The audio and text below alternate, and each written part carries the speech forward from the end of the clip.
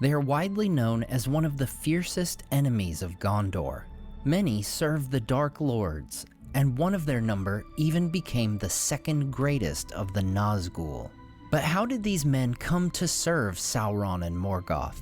And were they all truly evil at heart? Today on Nerd of the Rings, we cover the Easterlings of Middle-earth. To cover the history of the Easterlings, we must go back to the very beginning of the race of men. Over 4,000 years after the awakening of the elves at Lake Cuiviénen, the first age of the world begins with the first ever sunrise. As the sun rises in the west, the men of Middle-earth awake in the far eastern land of Hildorien. Yes, you heard that right. The first sunrise was actually in the west.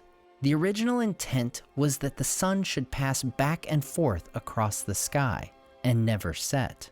However, these plans were changed by the Valar, and instead the sun descended into Valinor in the west, passing beneath the earth and rising again in the east, giving us a more familiar sunrise and sunset.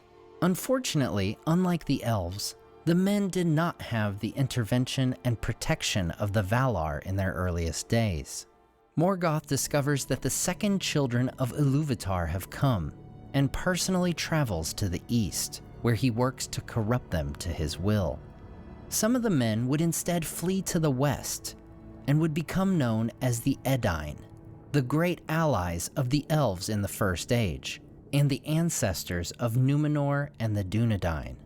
Many of the men who had remained in the east for a time eventually make their way west as well.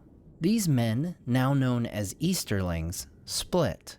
While some remain in the eastern portions of Middle-earth, others travel north above the Blue Mountains and arrive in the lands of Lothlin in 463.